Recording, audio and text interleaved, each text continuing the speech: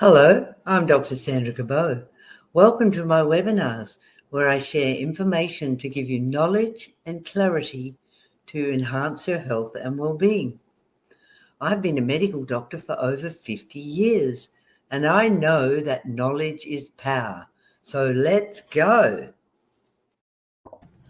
Hello, everyone. Welcome to our webinar on losing weight. And hello, Igor. Lovely to see you, Igor. Great to see you, Sandra. Yeah.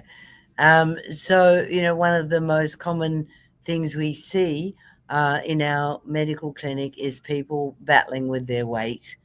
It's such a common issue today where the food keeps getting faster and faster and we keep getting slower. So what we have online is a program called the Weight Loss Detective.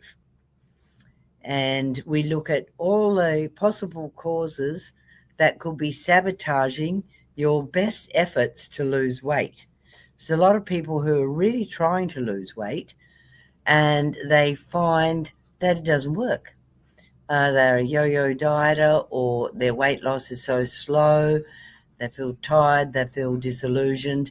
So we're going to look at all those things that could be hidden in your metabolism and in your hormones and even in your mind. And I know, Igor, you have a great coaching program that really helps people to persist, not to give up, and to stay passionate about their goals. So we'll be talking about that as well. And we invite you to place some comments. We love to see your questions. So we have a little slideshow. I don't know if you want to say anything now, Igor. Yeah, sure. Well, just like you mentioned in your introduction, there's definitely a psychological aspect to weight loss, and I'll be going through some of those aspects and some of the tools and techniques that we can actually use to overcome them and help us along our weight loss journey. Yes. So let's just have a little look at the presentation that we've got about the Weight Loss Detective. So, losing weight for a lot of people is like a jigsaw puzzle and there's missing pieces. And unless you find all those missing pieces and address them, your journey will be a lot harder and you will struggle. So let's look at some of those. Here we go. Now, one thing that I've always been interested in is the body types. So fundamentally, there's 4 different body types or body shapes. And that's your musculoskeletal structure and where you put on weight. So you've got the one on the left is the thyroid body type with the red outfit. The one on the blue is the lymphatic body type. The one with the green suit is the gynoid. And the one with the yellow suit is the android. So each body type has unique hormonal and metabolic differences. And this explains why some people put on weight easily and other people don't. It's genetic. And it also explains where you will put the weight on. So the lady in the red suit, she's the thyroid body type. Now, thyroid body types don't have a lot of fat cells. So between their skin and their muscle, their subcutaneous tissue is thin. They don't have a lot of fat cells, so there's not a lot of area there where you can store fat. If they put on weight, it's inside in their abdominal cavity or their chest, and they don't know that they're carrying extra weight. It's hidden. So thyroid body types, really eat a lot more than others, and they don't seem to show that they're putting fat stores on the outer part of their body. Not fair, right? And then you've got the lady in the blue outfit, and she's a lymphatic body type. So she has a thicker subcutaneous layer with a lot more fat cells, and she retains fluid. So she often looks puffy. And she puts on weight all over. So arms, legs, feet, fingers. There's a lot of puffiness, and there's a thick layer of fat cells. She has a slow metabolic rate. The lymphatic body type, a slow metabolic rate. Now, men can also be these different body types, so we don't want to exclude the men. Now, the lady in the green outfit, she's the pear shape.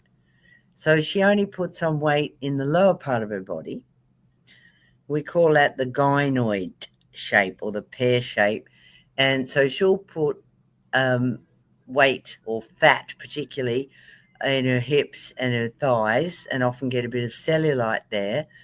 And interestingly, fat in the lower part of the body makes estrogen called estrone, and that tends to put more weight on in that area. Then we've got the lady in the orange or yellow outfit, and most men are this body type too. That's android. So they've got broad shoulders, they're fairly straight up and down, they're not curvy, got narrow hips, really good muscle, build muscle easily, quickly, a very good muscle definition. And if they put on weight, it's in the abdominal area, they get the pot belly. And sometimes they overproduce male hormones. They're more likely to get the polycystic ovaries. And so are the lymphatic types in the blue outfit.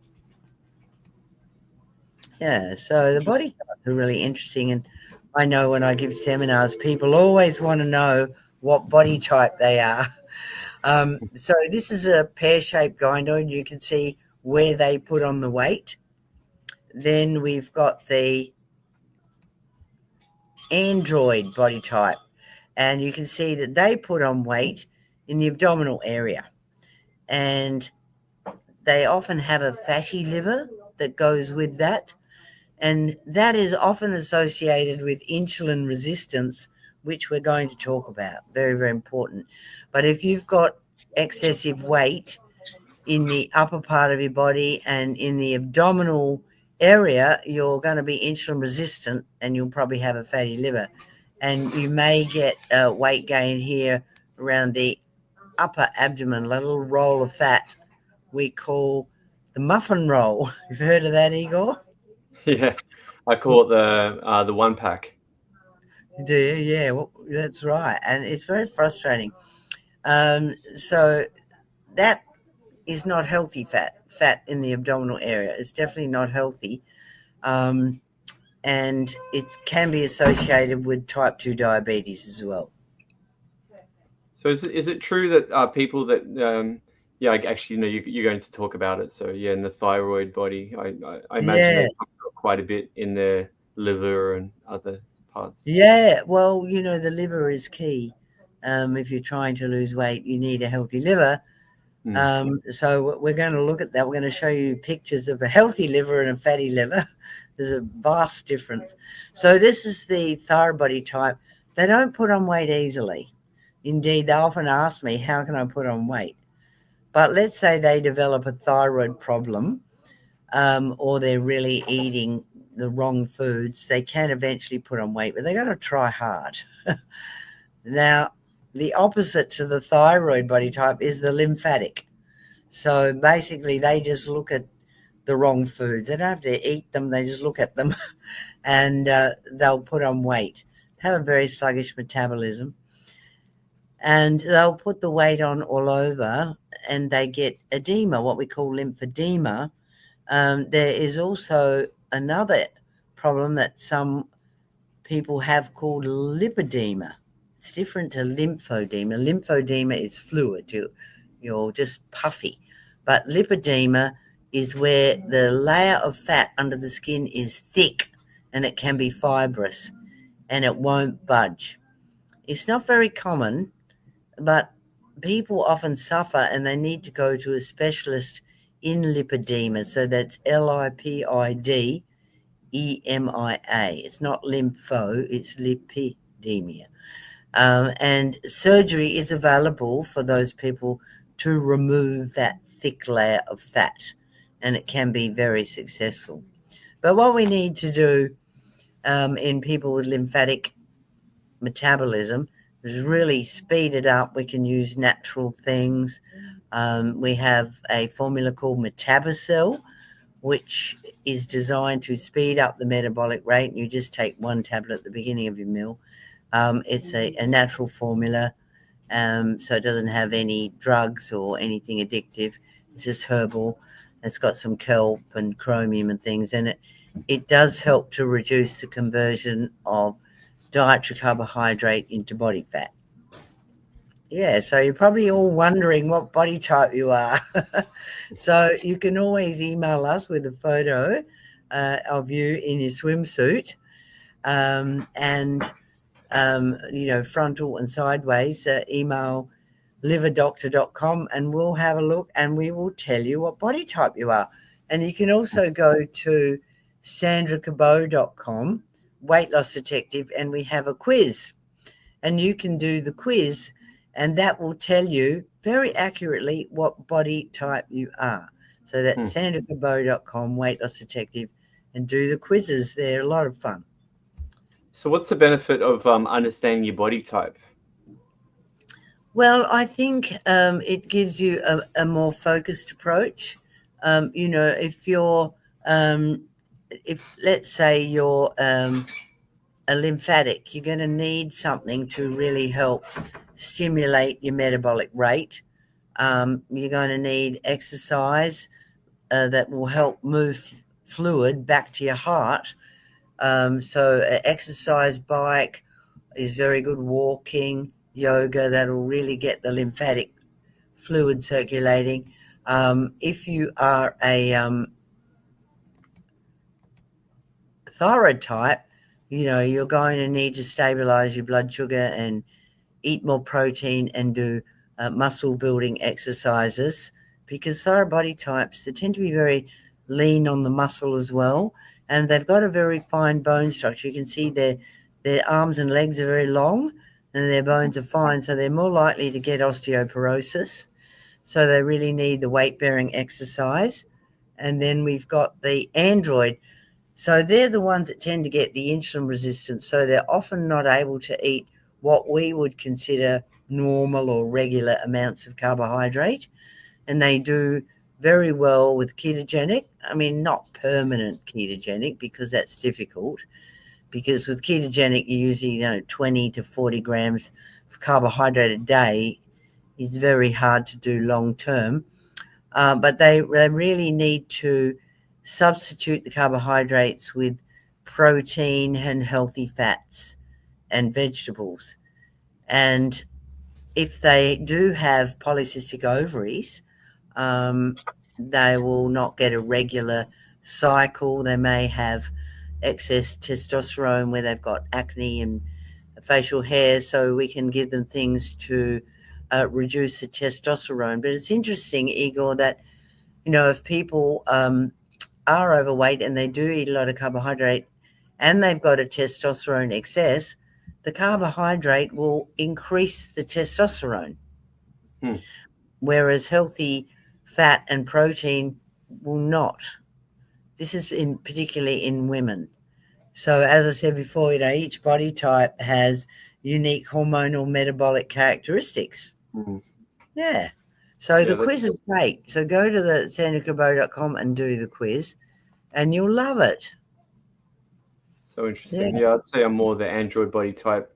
I definitely collect fat around the abdominal area, and I do better with like low carb diets. Like ketogenic's the best, but yeah, like you said, it's hard to keep up. So I mostly sort of try and stick to a low carb diet.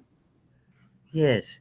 Well, it's better to get your carbs from vegetables. If you're insulin resistant, look at getting your carbs from vegetables rather than grains.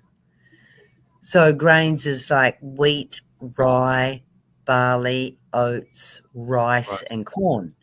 and they will get turned into sugar in your blood.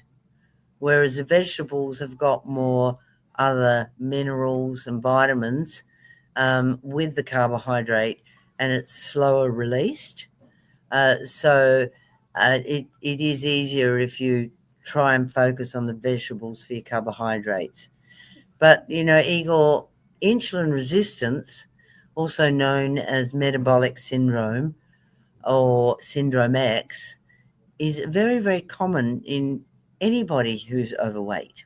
Mm. And if you have insulin resistance, it means your insulin is not working. So to compensate, your body produces a lot of insulin.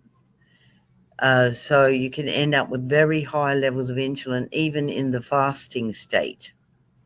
And unless you get the insulin down, you will not burn fat. And this is where a low-carb diet, and particularly the ketogenic diet, is so good to lower the insulin.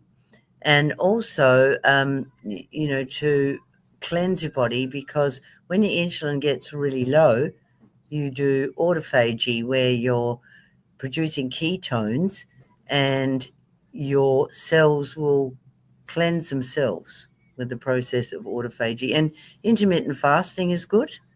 You can miss 1 meal a day or 2 meals a day, and that will lower your insulin. If you're a diabetic, well, you've got to do that under medical supervision, obviously. But people with insulin resistance are often addicted to sugar because, their blood sugar levels going up and down and up and down. And when it drops, they get a bit shaky. They may get a headache. They may get sweaty. They may get a foggy brain. And they will crave sugar, and it's like a drug, and it will instantly fix them. They'll feel better. But you don't get anywhere. You just keep producing too much insulin, and you'll keep gaining weight. The high insulin is really very toxic to the body. It can cause inflammation, it can elevate blood pressure, and it can lead to fatty liver.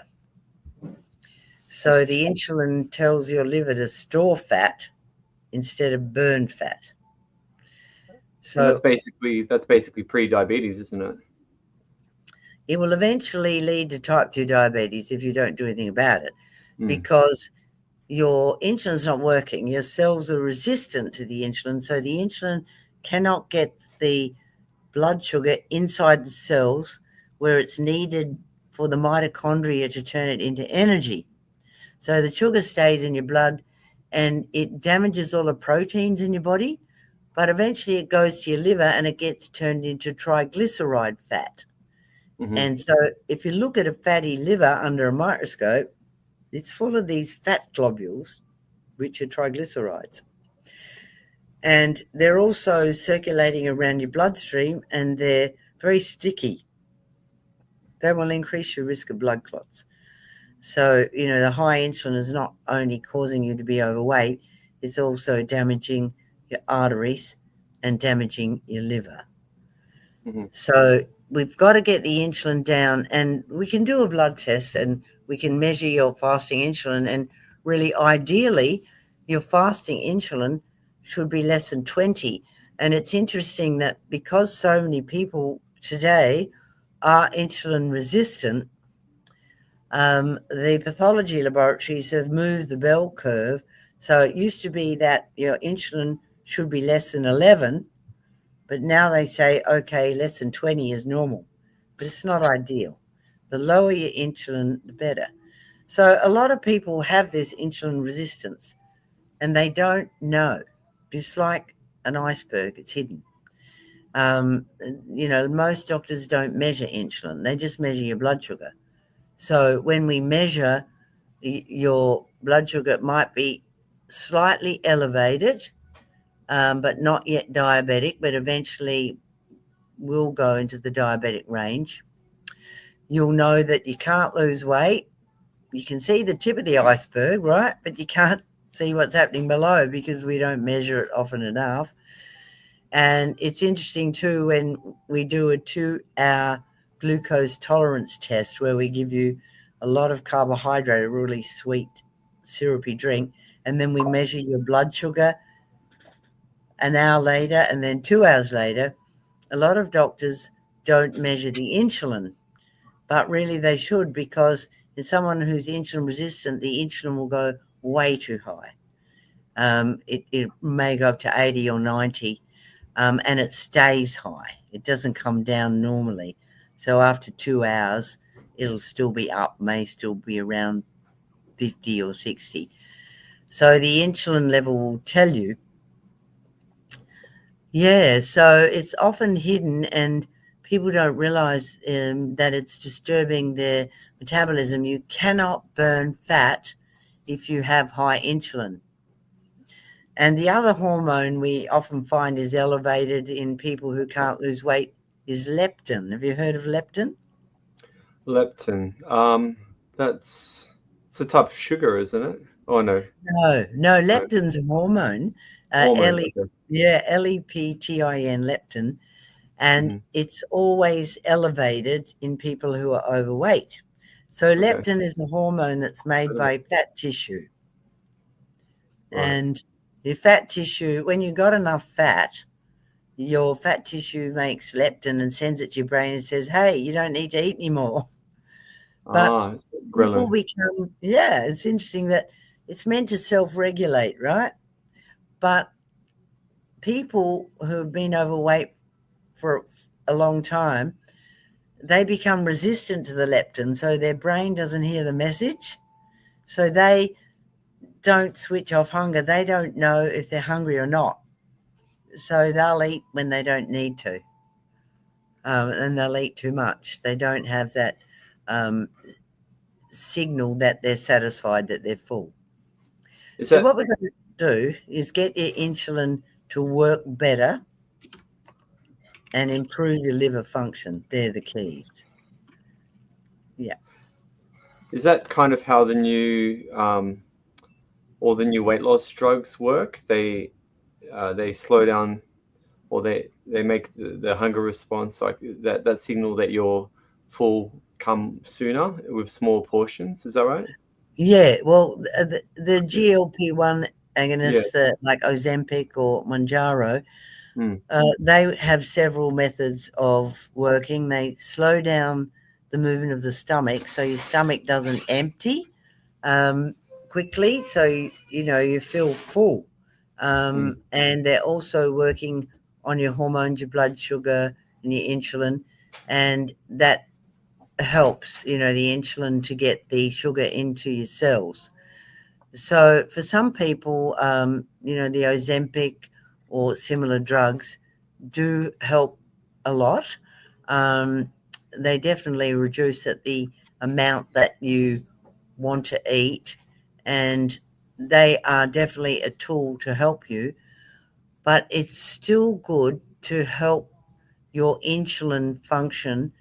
So your pancreas is producing the insulin, and people can get a pancreas that is just worn out. The cells in the pancreas that produce insulin, they just become worn out. And eventually, these people will need to take insulin because their pancreas cannot keep up with the demand. So, a lot of people who battle with their weight don't eat enough protein. And protein does not require insulin to be used for energy. So if you can really bump up your protein, so it's easy to work out how much protein you need. You need 1 gram of protein per kilogram of body weight every day. So if you weigh 100 kilograms, you need 100 grams of protein. If you only weigh 50 kilograms, you need 50 grams. But if you're a really active person, you might be an athlete, or you might be um, a builder, have a very physical job, you may need more. You may need 1.5 grams of protein a day, or you may need 2 grams of protein per kilogram of body weight. So protein will make you feel full. And this is just a powder here that we have designed for people with insulin resistance. So it's very high in protein, extremely low in carbs. It's got like half a gram of carbs, and it's got taurine and glutamine, which help metabolism, help to build muscle, and it's also got some chromium. And it tastes great, sweetened with stevia, and you can make ice cream with it, Igor. Hmm. You know, last night I made a really nice ice cream. I used coconut Sounds good. cream and strawberries and Syndrome X powder, the Syndex powder, 2 raw eggs, and that was it. And Wow, then I froze it. The coconut cream's really healthy because it's got so the good. medium chain triglyceride fats, which are easy for your body to burn for energy. Hmm. Yeah, so you can do all sorts of things with it. Make a smoothie or make some ice cream. Wow, ice cream that you don't have to feel guilty about. Yeah, it tastes sweet because it's got the stevia, and the best fruit really if you're trying to lose weight is berries because they're low It- glycemic. Right. Yeah, Okay. yeah. So other things that can help to lower your insulin is, as we said, cutting out the grains and replacing them with vegetables. A lot more protein and healthy fat. Eat healthy fat because that's not going to raise your insulin. Magnesium can help insulin resistance. So can the herb berberine. And exercise helps to lower insulin. So What's that's berberine? I don't think I've ever heard of that. berberine is a herb that acts like metformin in your body. Okay. Yeah, and it definitely helps with the blood sugar and cholesterol. Hmm. Yeah, Interesting. yeah. So um, your liver is important because people who are overweight and have a fatty liver, they're storing fat soluble toxins in their liver. And we know that some of the chemicals that we're exposed to will make us fatter. Have you heard of the word obesogens? No, what's that? Right. Well, obesogens are things like plastics. We have a lot of microplastics now, which you know about because Yeah. your water filters that are improving the water quality. The water's full of microplastic. Um, and also solvents, insecticides, pesticides, all those chemicals that are in our environment, they are fat soluble. So they get stored in the fat cells in our liver, particularly if you have a fatty liver or where we are carrying excessive weight in our body. So our liver has to turn those fat soluble toxins into water soluble substances that can then be excreted from the body in watery fluids like the bile, the sweat, and the urine. So you need a healthy gallbladder.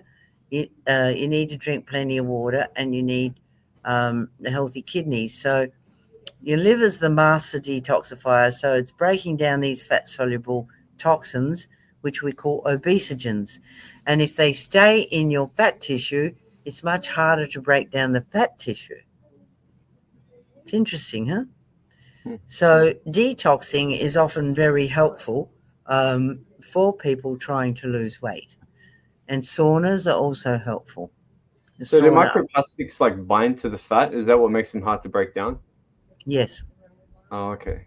Mm, Interesting. yeah, yeah, that's right. And a lot of the worst poisons out there in our environment are fat soluble and they will stay in the fatty parts of our body if we have a fatty liver because the liver will not be able to break them down into water soluble substances.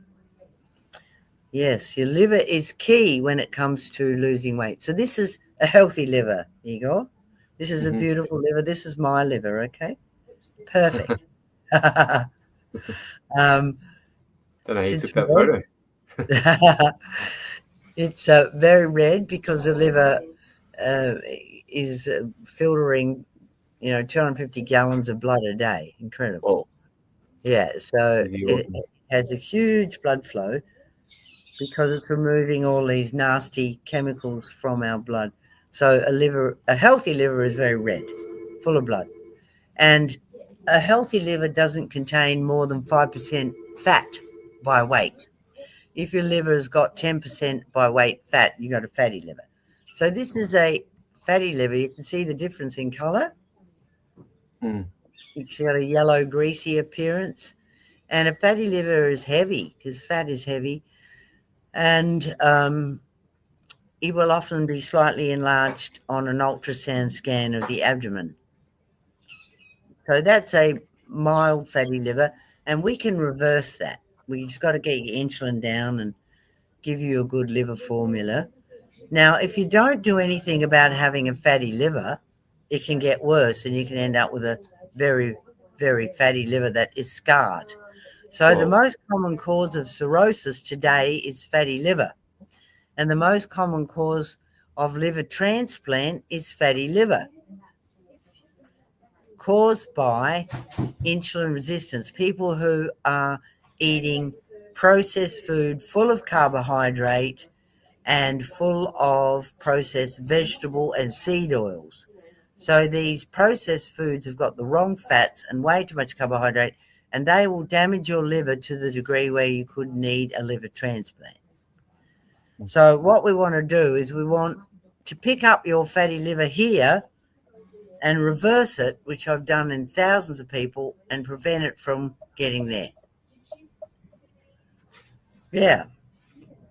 So, go and have a blood test for your liver, and go and have an ultrasound of your liver if you're battling with your weight and you don't feel well. You got some of these symptoms. It's most likely due to your liver. Okay. As we said, insulin resistance can lead to diabetes. It's increased dramatically in Australia, in the United States, in Asia, because Asian people are often very insulin resistant. And this is all due to too much processed food, not enough exercise. Now, carbohydrate cravings, you're going to talk about how we can deal with our cravings mentally, Igor, but, some of these tips really help because, as I said, sugar is a drug. It's very addictive, and a lot of people will go to sugar when they're stressed or when their blood sugar drops because their blood sugar is unstable. So we want to stabilize our blood sugar by eating more protein and healthy unprocessed fat. Salt is a great way to reduce sugar cravings. Spices. People don't use enough natural spices. And spices like cinnamon and chili and curry, they actually help our metabolism of sugar. Also, sometimes people think they're hungry, but they're just dehydrated. More water or tea. Black tea's all right, herbal tea. Syndex protein powder is fantastic for reducing cravings. Berberine, the herb berberine, glutamine powder. And another trick, a lot of people just want something to chew on late at night. A lot of people say to me, "Oh, I'm really good, but then after dinner, I hit the chips or I go for the chocolate."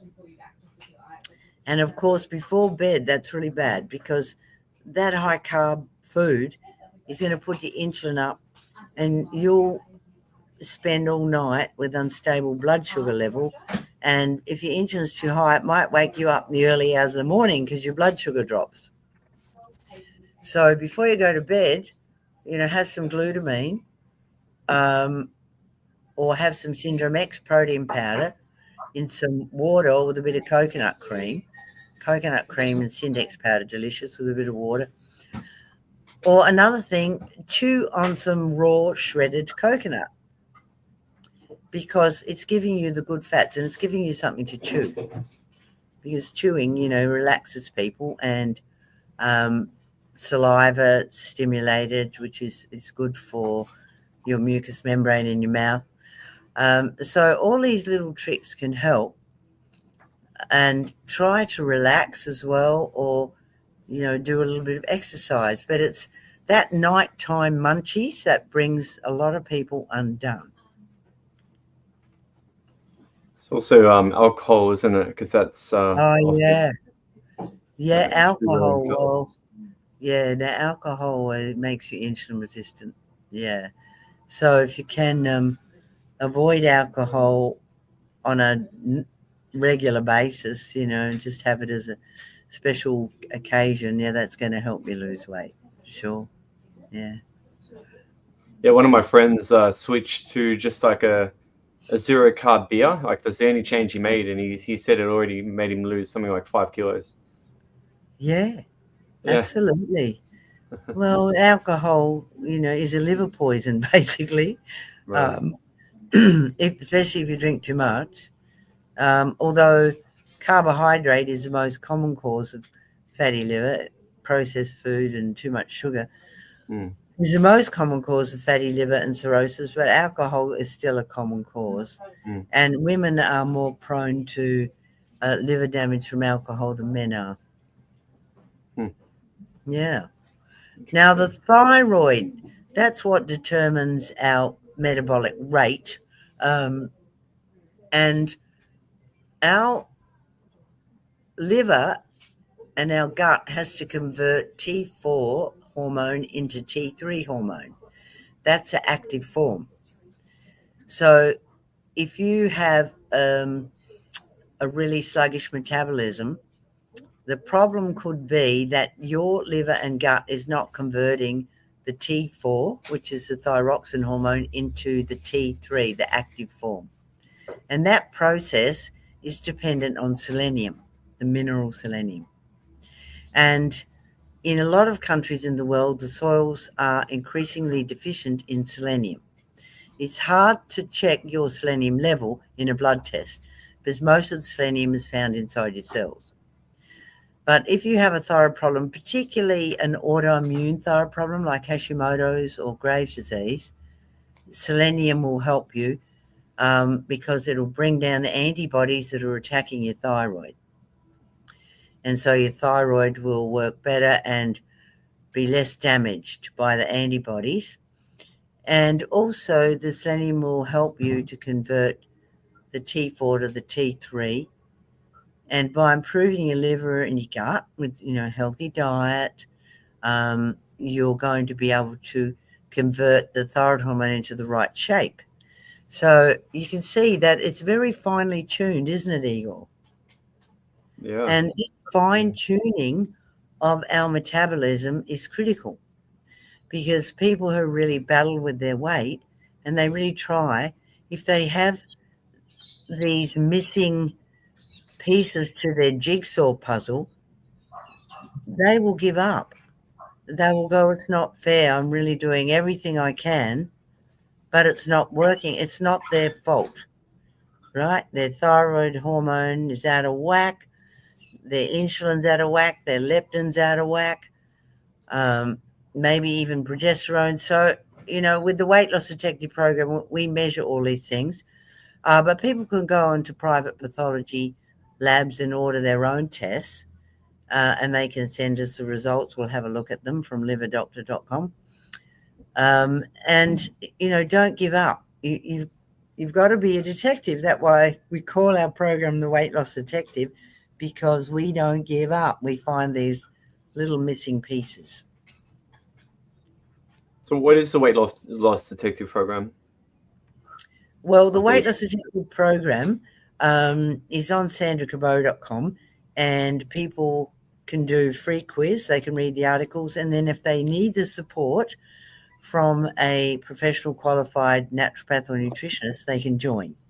So 1 month, 2 months, or 3 months, and we give them the support, and we can order the blood tests, and we analyze their questionnaire, their diet, and we look for these missing clues.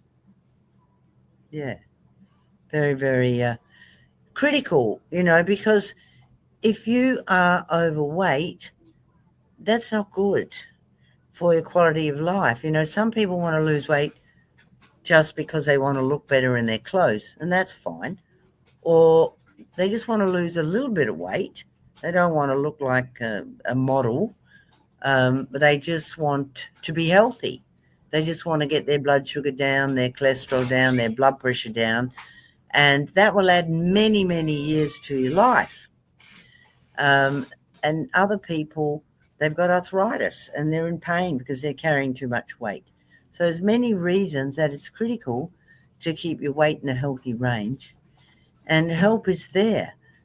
Don't give up. It's very hard to do it alone because there's people who've really tried everything and it's not working because there's these missing parts to the jigsaw puzzle.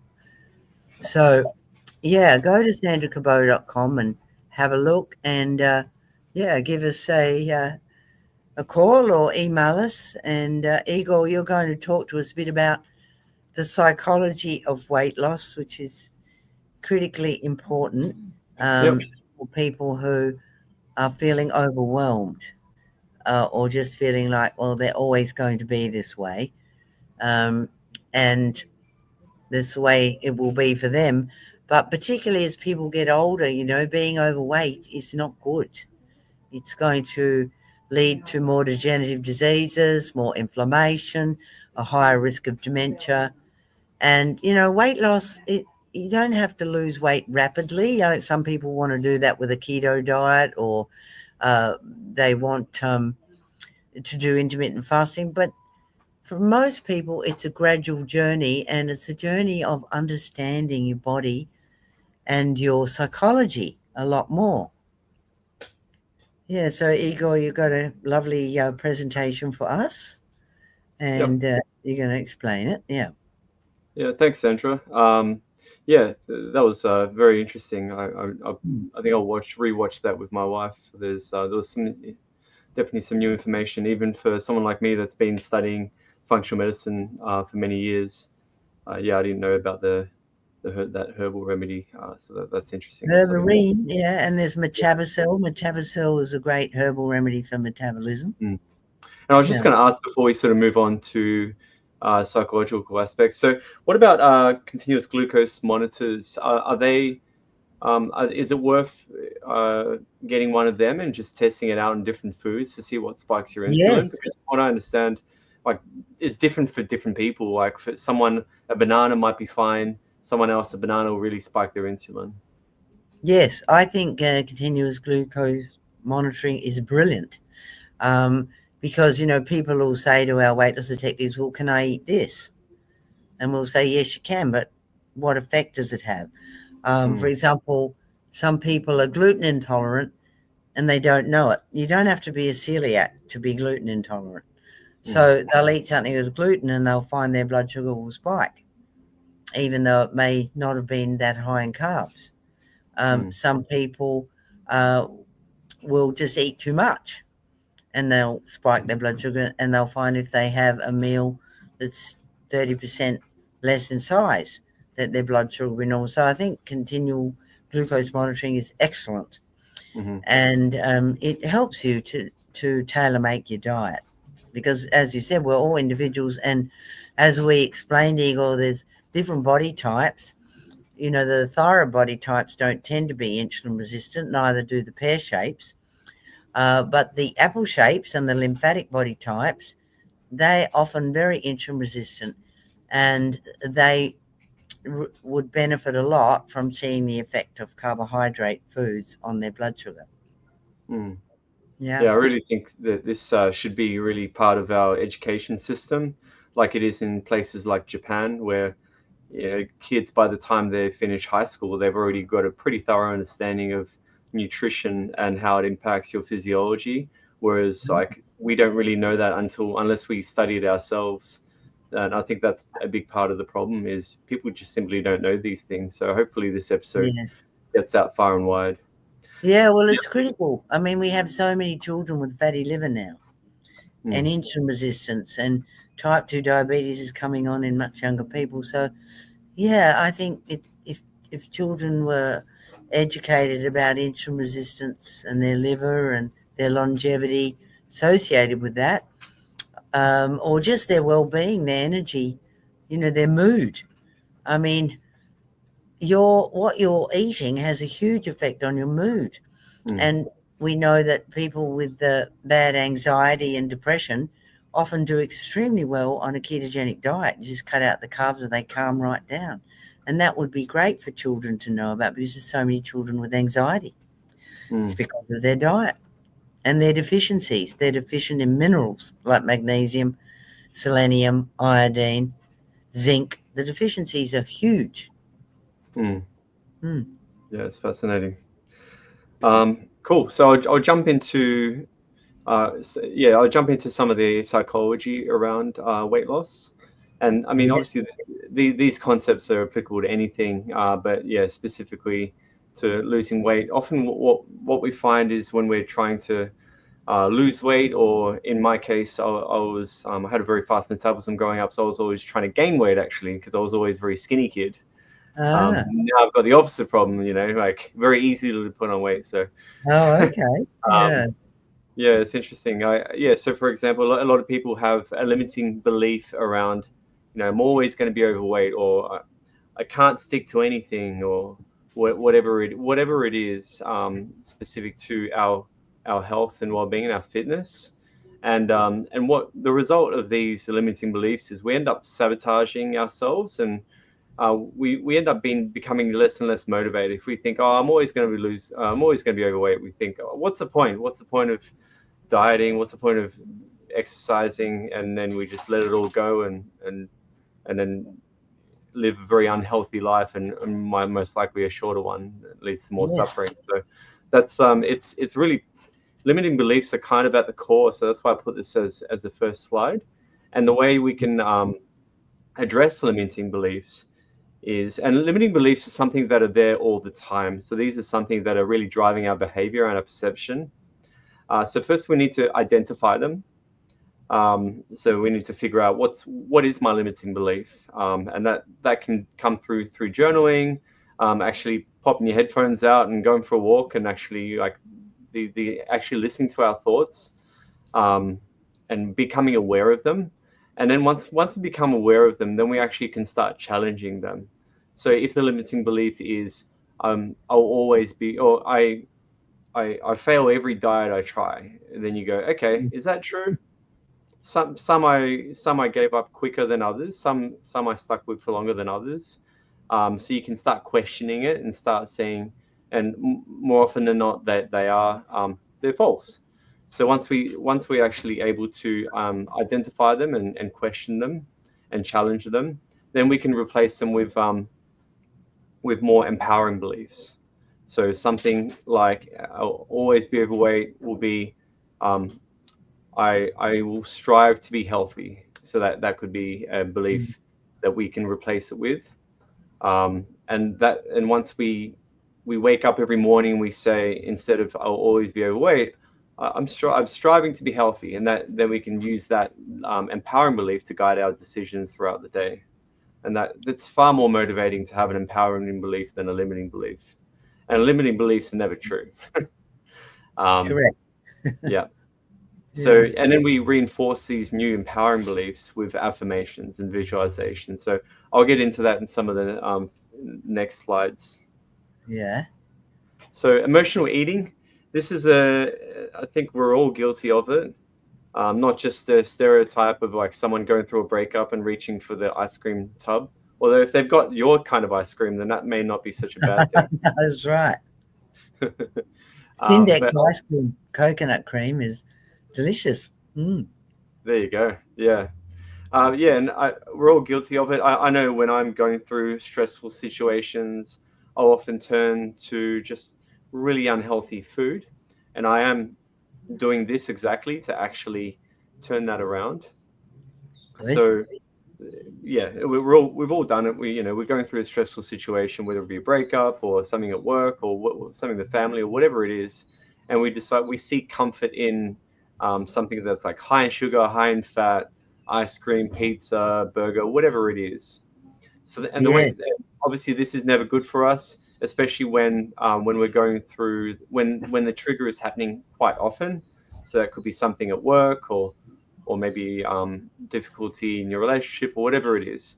So we need to actually address that for our physical and emotional well-being. So the way we do that is through anchoring, and that's actually something. It probably needs a bit of time to actually explain fully, but at the core, it's basically you're attaching an emotion to a trigger. So that trigger could be rubbing your ear, and then the way you do that is you think, okay, what kind of emotion do I want to feel um, instead of feeling despair, and therefore addressing the despair through eating some fatty food. So I want to feel confident. So the way we do that is we remember times where we felt confident. We really just go to that place, and then when we at the peak of that feeling, when we're remembering how we felt confident, we we do something physical. It could be rub your ear, whatever it is, something that you wouldn't normally do. You're stimulating the vagus nerve if you rub your ear. Oh, there you go. You're also That doing something relaxes you. Or, physiological as well. There you yeah, go. or deep breathing, That's good to know. getting But your yeah, diaphragm really low.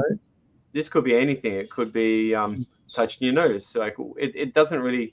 I mean, obviously that's great that it's got a secondary result there as well. So we want to build up that anchor. So then Yes, when we are going through that difficult situation, we can rub your ear or whatever it is that you've attached the anchor to, and then we can actually have that feeling. And when we're feeling calm, we're less likely to comfort eat.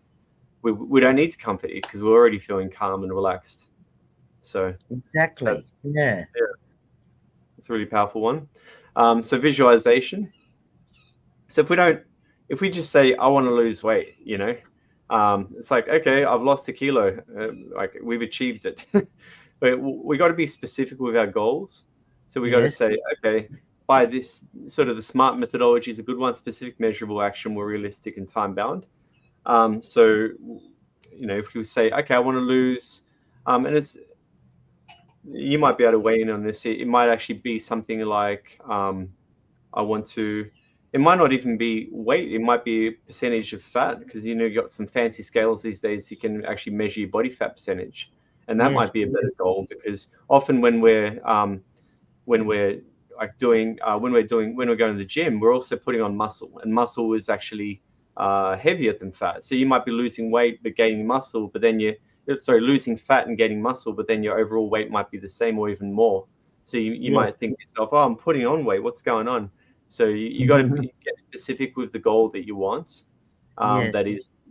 That is beneficial to what you're trying to achieve. So if it is, that could be something like, what's my insulin resting fasting insulin right now? Where do I want it to be in 6 months' time? That might be a Yeah. good goal as well.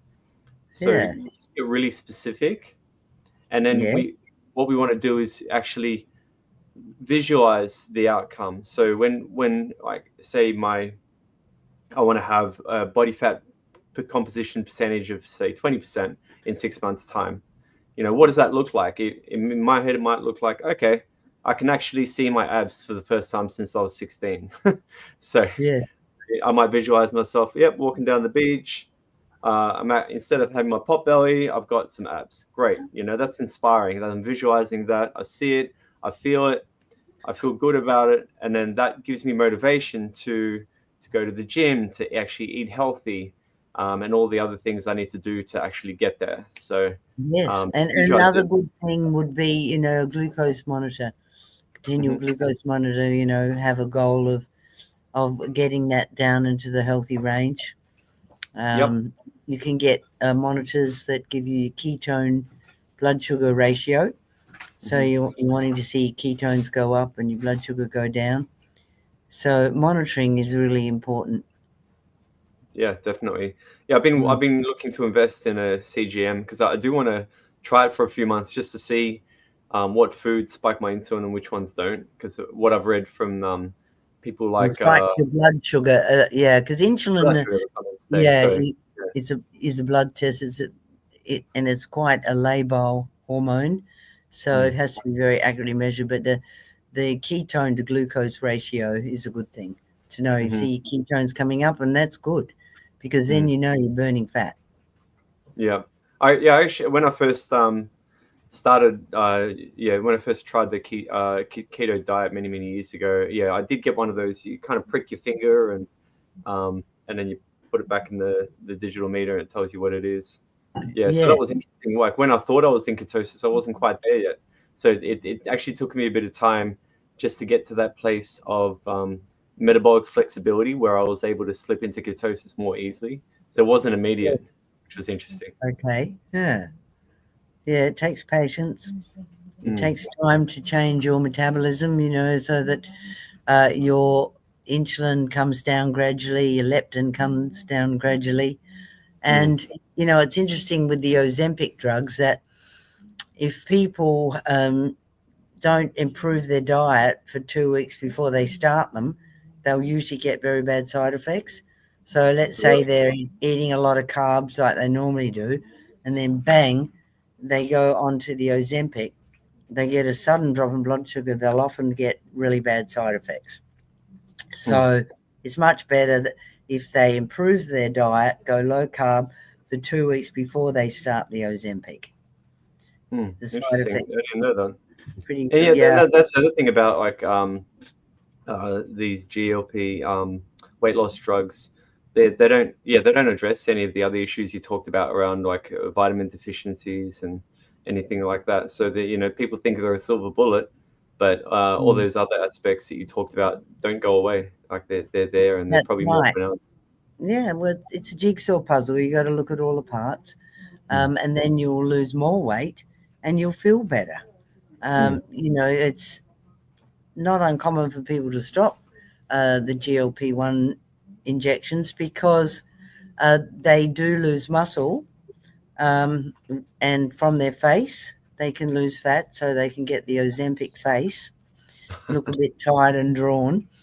Um, so it's the high doses of these drugs that tend to cause the side effects, right? right.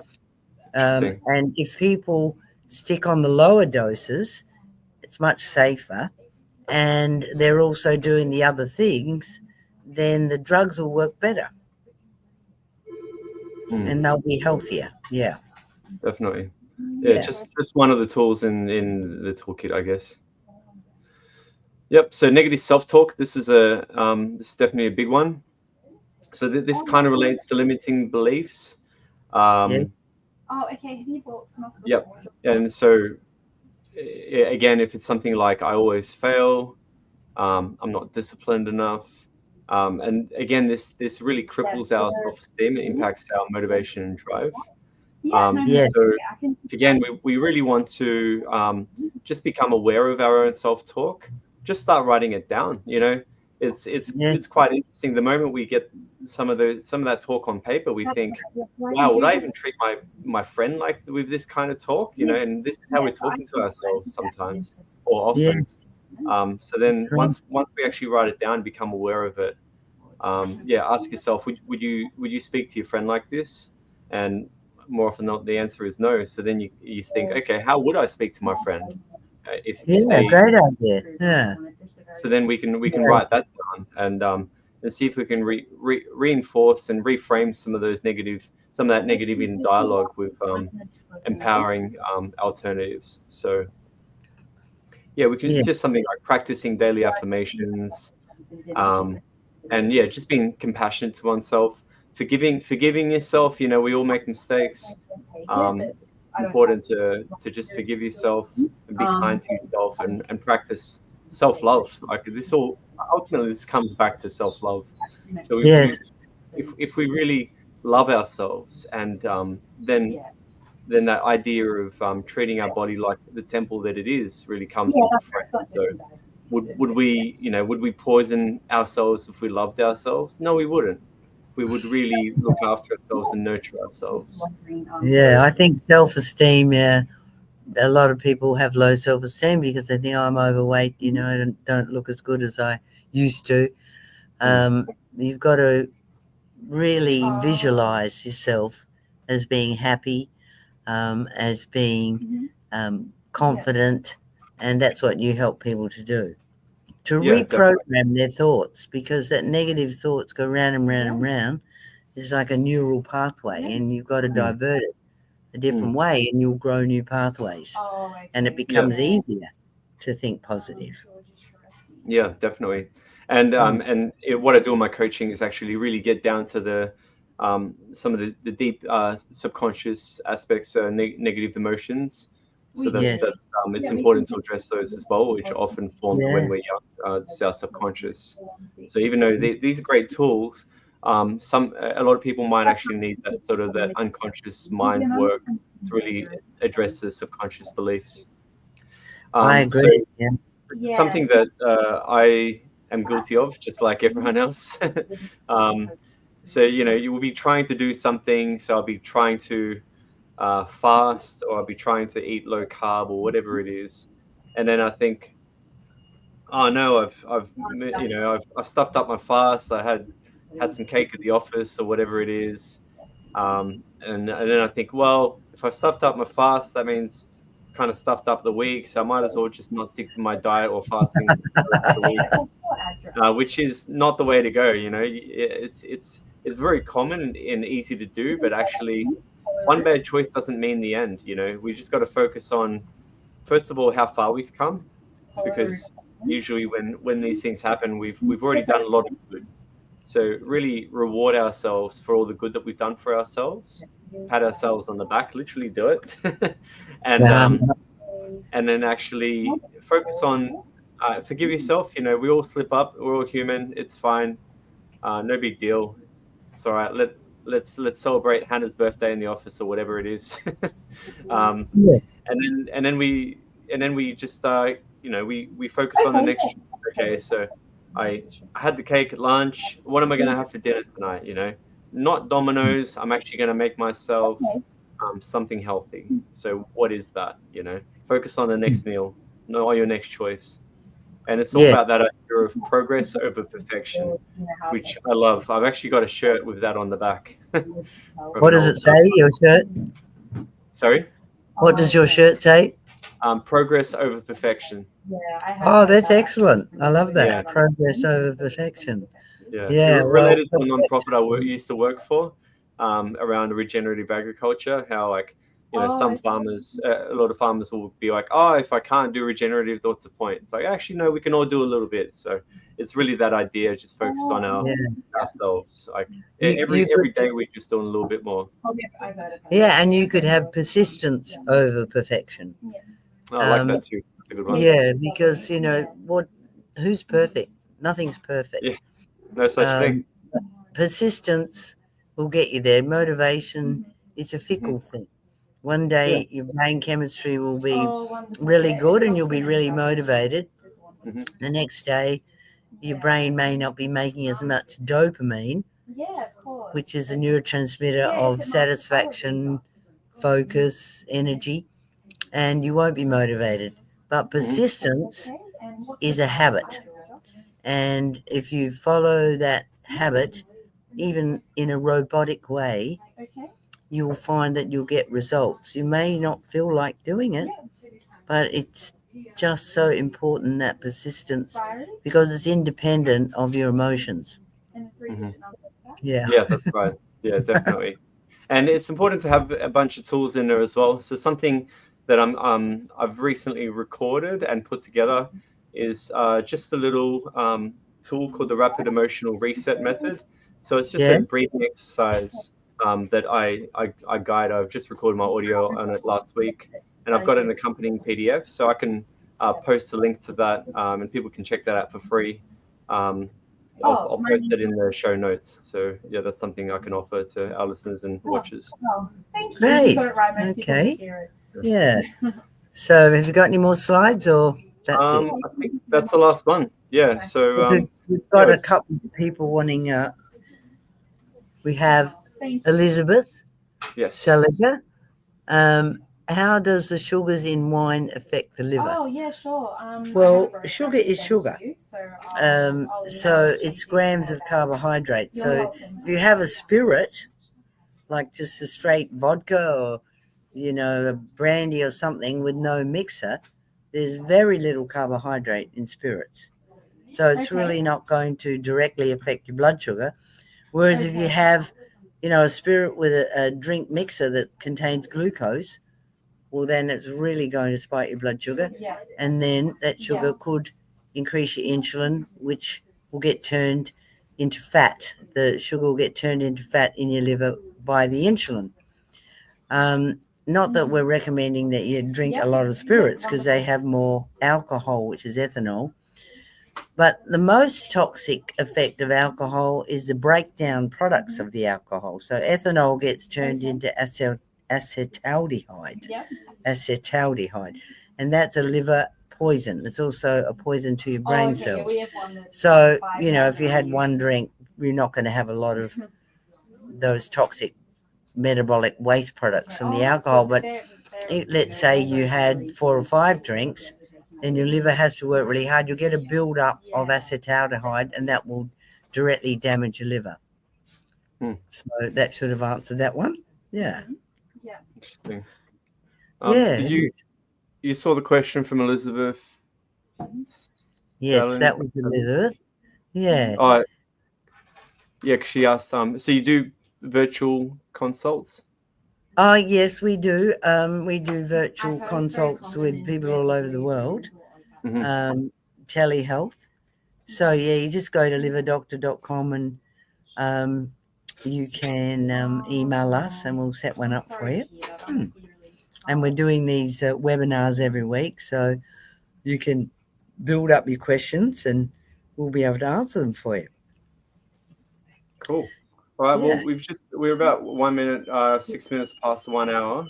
So wow. We'll wrap it up there. Yes. Yeah. And that's right. So for those people that were waiting for us to start, we just had a technical issue. That's why we started 10 minutes late. So we'll be we did. Yeah. Well, it's been lovely talking to you, Igor, and hopefully people have learned some really inside information, that critical information that could tweak your metabolism to really improve your success for long-term weight loss. That's what we want. We don't want yo-yo diet. We want to treat the cause, like improve your thyroid, improve your liver, improve your gut microbiome with your diet, get your insulin down, get your leptin down, and when you balance your metabolism, weight loss is a lot easier. So we're here to help at the Weight Loss Detective, and look forward to seeing you in another week, Igor. Yeah. Thanks so much, Sandra. And thanks so much. Take care.